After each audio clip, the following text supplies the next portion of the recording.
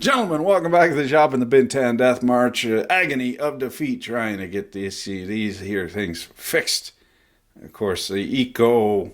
if you didn't see it, it's because I forgot to turn the Jesus mic on. The audio level was set so low, you might never see the light of day with this. However, that was an epic failure. And Monte Carlo errors of judgment aside, can't possibly land on black 27 times in a row.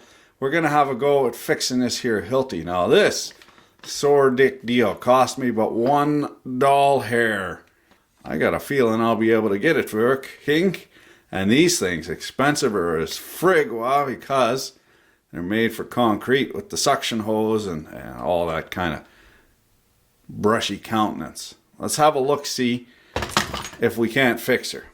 I mean, she's already fucked. You can't fuck her anymore.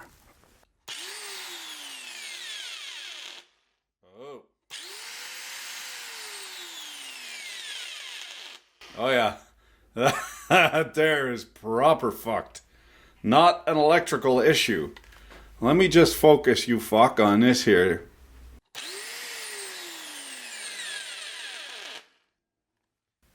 Sounds a little bit growly. Best take the pigtail out, and then we'll get into the gearbox. Sounds like the gearbox is right hoopa-jooped, or maybe not. You seeing what I'm seeing? Probably not. Focus, you fuck. Look at that. So that gear, oh yeah, look at that. Spins free. And then engages. We might have hit the fucking jackpot on this guy.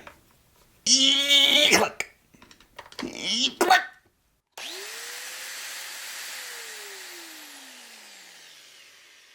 Well, holy old fuck, boys. That was one of the easiest fixes ever. Just for the sake of looking at it.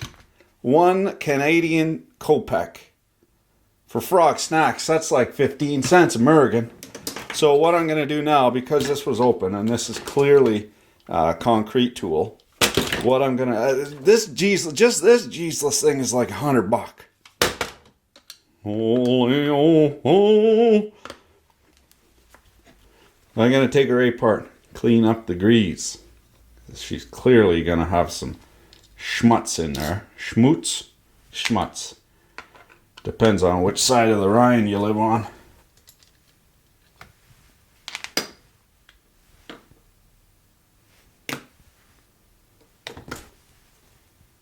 Could be much worse. We're just on the cusp of getting some man glitter in there. I think we caught her in time. And on the crown gear itself, you can see where it's been wearing as the pinion, as this guy pops out and doesn't engage the pinion proper. No big deal though. I got grease and I got time to clean that out. This thing, clean it up. Yeah, look at it. That thing's a thing of beauty. Metal injection molded, of course. So, yeah. And then pressed onto the shaft. Still, check the bearing here, just make sure we're not chasing our tail. No, we're goo. I was just going to get a bit of aerosol here and some ASMR producing plastique. Either that or set your teeth on edge. Same, right? We'll clean that out. I got the core. Oopsie doodle. We're going to go in quick, fast, in a hurry. Here's the thing. This is not a museum piece. And things will run for a long time with a bit of dirt in them. So it's one of those things. It's diminishing returns. You get this spotless into factory condition, pre-factory condition. And then you run it for 20 minutes and it's going to be dirty again anyway. So, you know, look at that. Beauty, Bonnie, and a joy forever. Even got the shim pack. High tech. To make sure that the contact pattern is just so.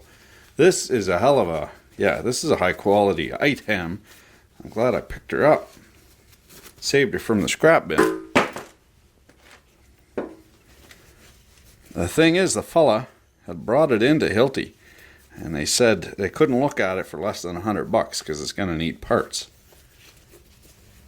So that's one of those, I would say, that's a get the fuck out of here pricing. All right. Now we're looking good. Cleanup's a breeze. Well, one thing. Wow, look at this. Look at this beauty. You can't even buy these anymore. Made in Germany. I took Festool, the festering stool. I had a task on that bushing on the back end there. One thing about bushings is they're smaller. So you can fit in tighter spots. You can fit more meat in a tighter spot. But what you're relying on is the lubricating wedge of the liquefied grease, oil, in order to keep the rotating section off.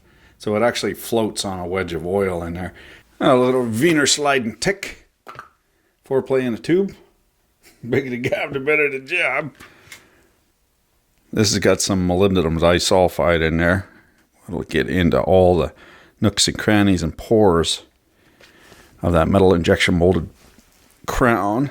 And yeah, give it nice long life there. Now it's a little thick, I would say, for the application.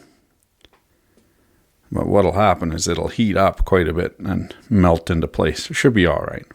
Now we need no reminder of the great white couch incident of '08, but just in case, we're keeping this between us. Not allowed to even look at the stuff anymore. So we'll put this, hide that away, ginger carefully, and then get this back on. Like so. Plop. Now the root cause is these fasteners ought not to come out, but they did. And they shouldn't have, because they're trilobe. They fucculate their own hole. But in order to make sure that doesn't happen again, we'll clean them up. And then just a kiss of blue Loctite. Of course, the problem is once they start walking out, you get the tuna can effect, wallering out the hole, just hitting the sides type deal. So we'll get the, convenient 5-finger discount format of, well, that's not good. No dead tree carcass.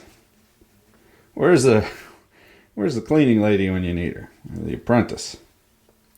Not here, I'm afraid. So we'll get some of this Loctite on here and then jam her in. This takes a kind of cupped diamond wheel on account of clearing this. So I got the twisted wire brush. That's a difficult task for any grinder.